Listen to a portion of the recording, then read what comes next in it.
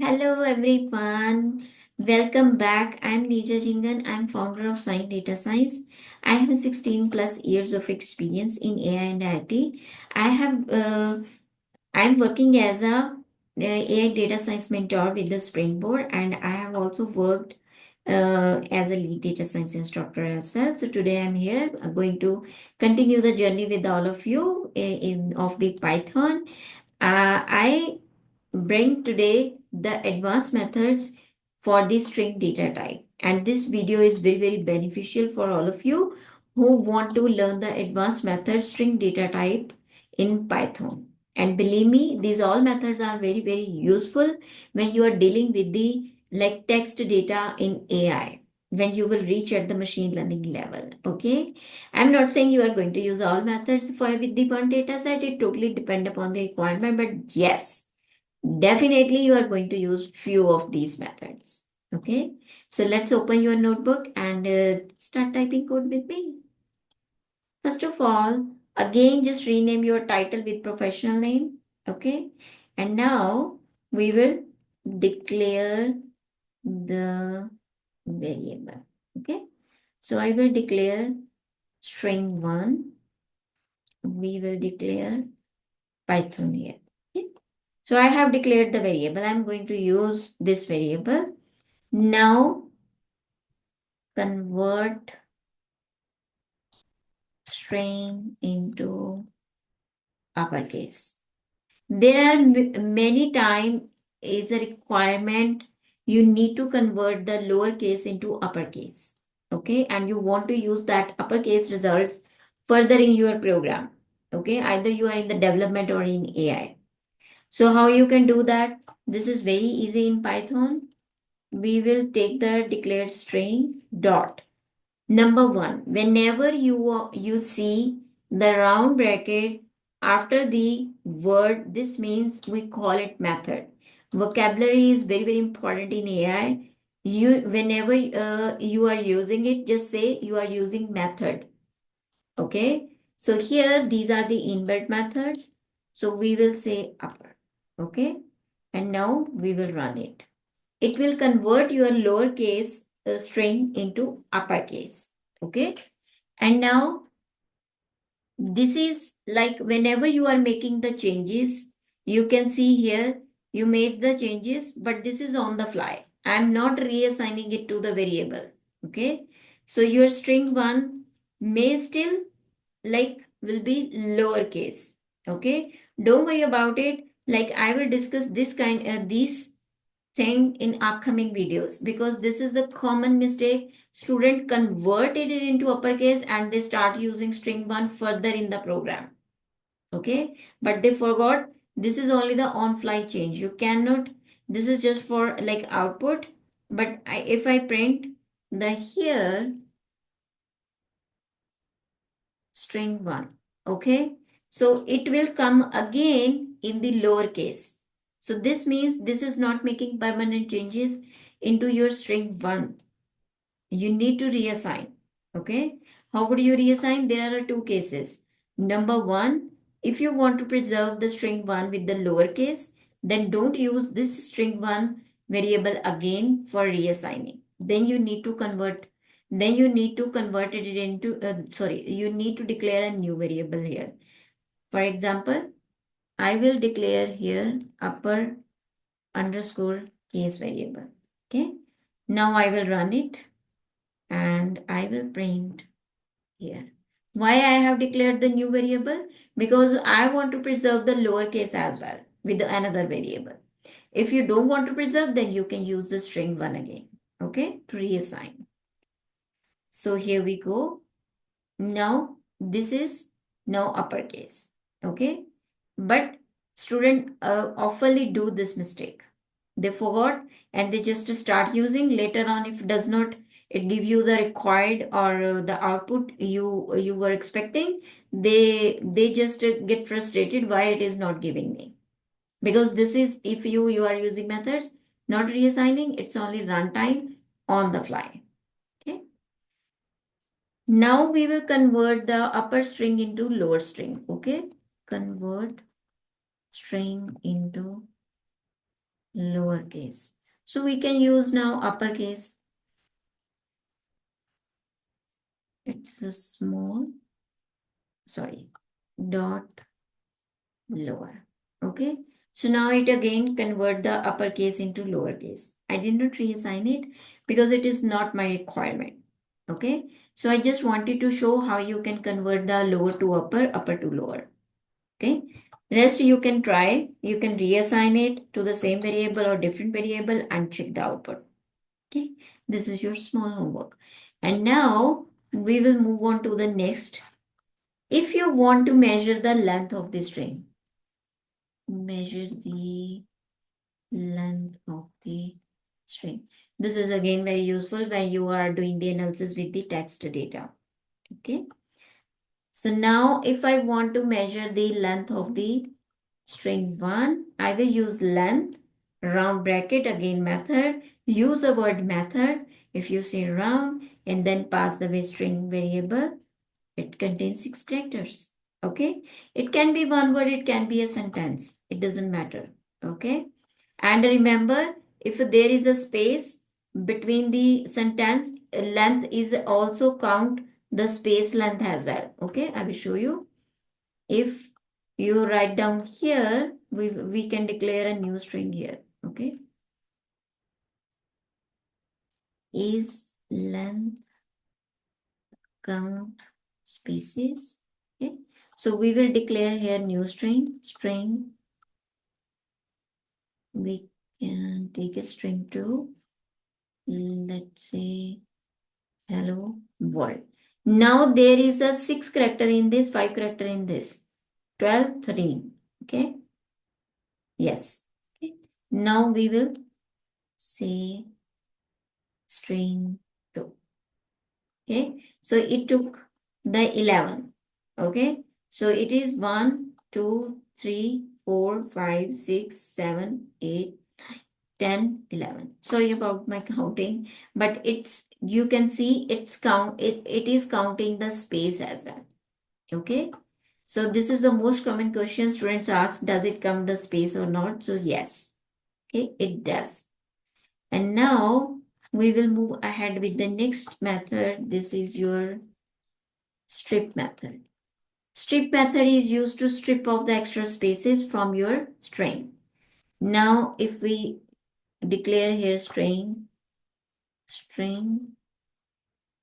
with spaces. Okay. So we will give the first space here, LOAI. Okay. Now you can copy, here we go, dot strip. Okay.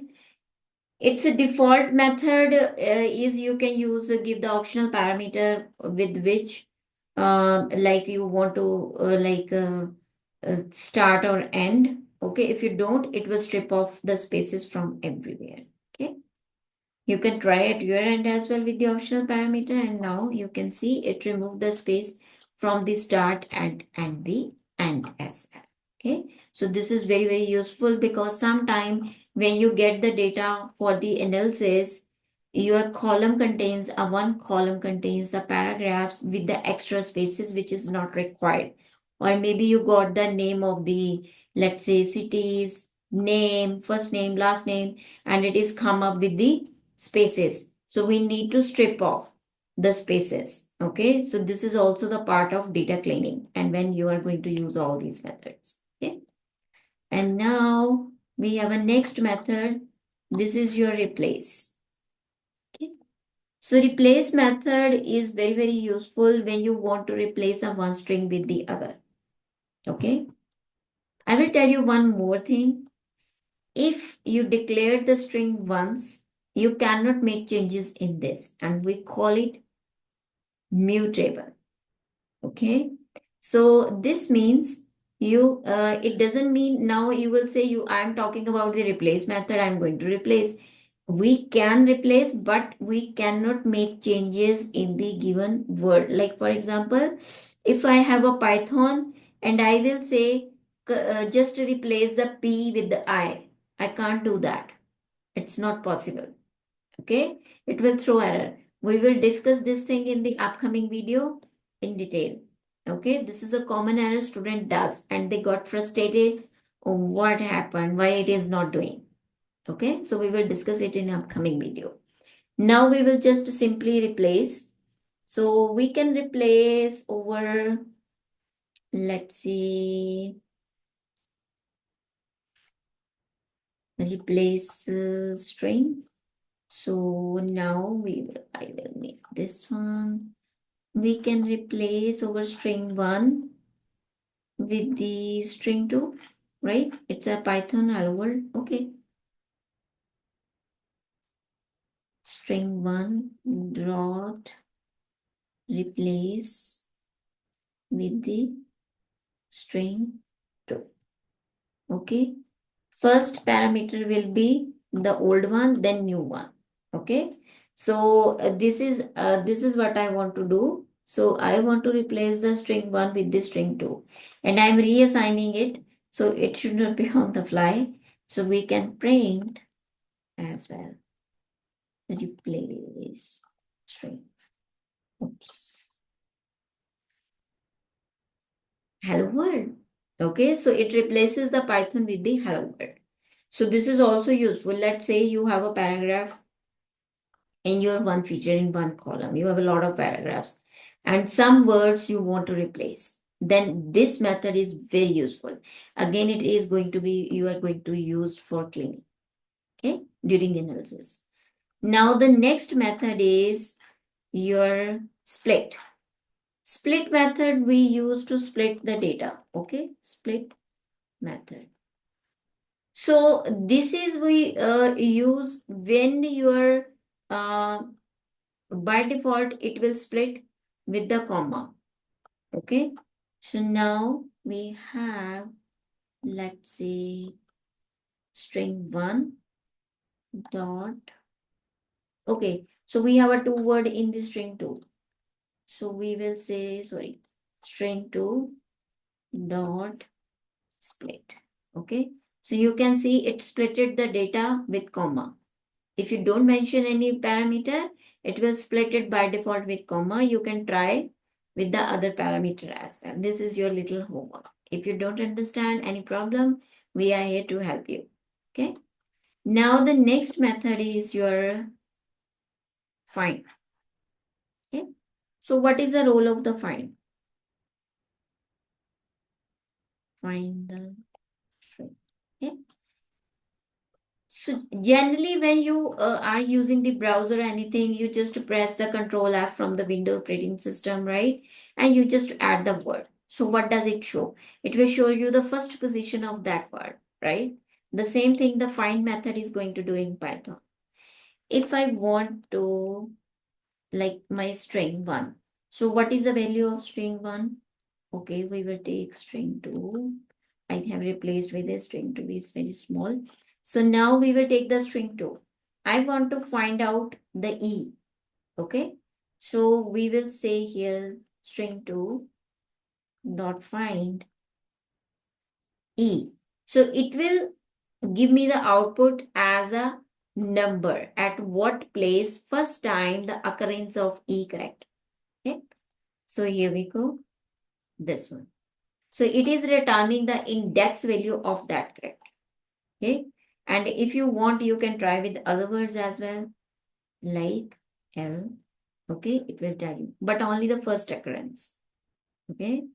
And A, the next method is your join. Okay. For join method, your string should be splitted first. Okay. So how would you declare? We need to declare that split string. So I am using here list. Okay, don't worry right now what is list. We declare the list with the square bracket. It's a sequence of values. Okay, it can be integer, numbers, floats, strings, anything. But we will discuss in detail about the list after finishing over string chapters. Okay, so here we go. We will declare here hello. So this is my splitted string. Okay, now I want to join it. So what I will do, split underscore join, and I will say split underscore string. Okay. Now we will print it. Print join underscore string. Okay. So it to join my hello world with the space. If you want, you can also join it with comma. Instead of space, you can pass on comma, dash, whatever, like the concatenation character you want to use. Okay. So this is about the join method. And now we will talk about the starts with.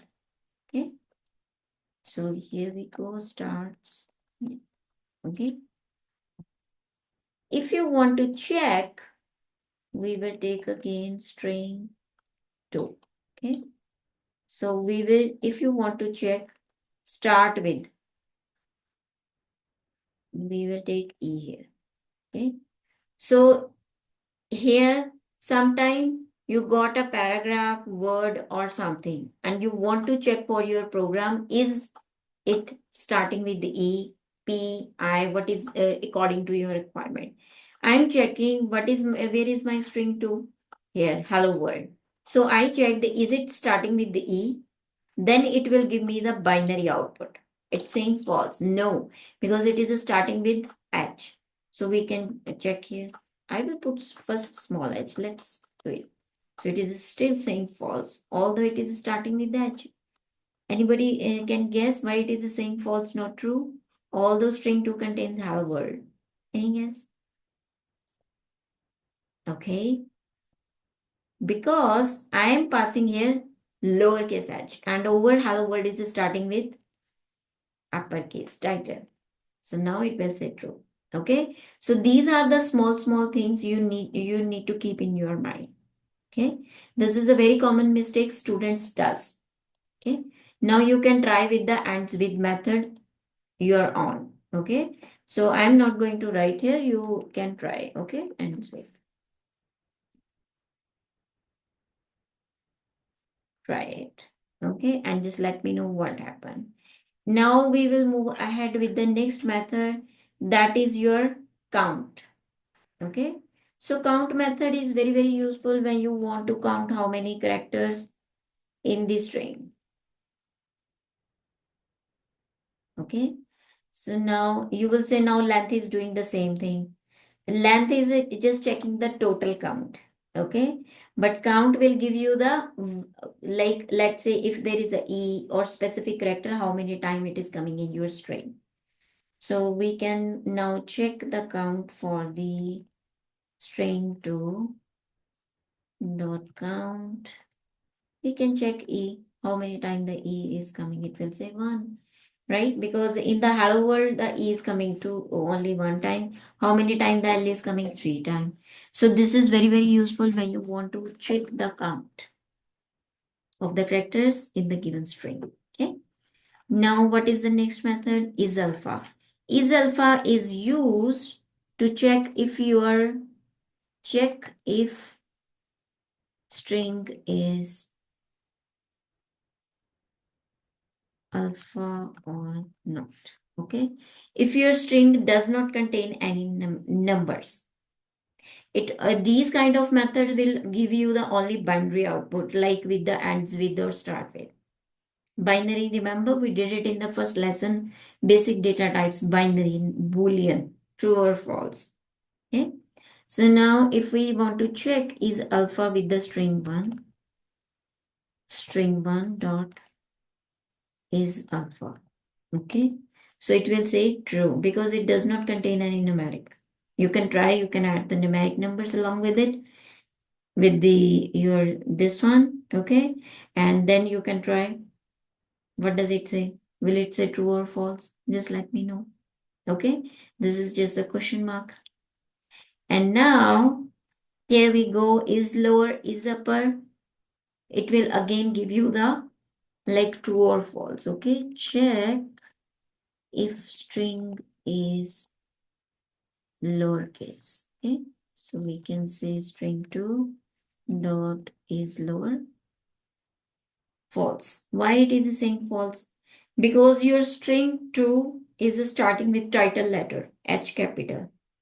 It will only return true if your whole string is in lowercase. No title, no upper. Okay, in that case only. Now you can try the upper yourself. Try is upper.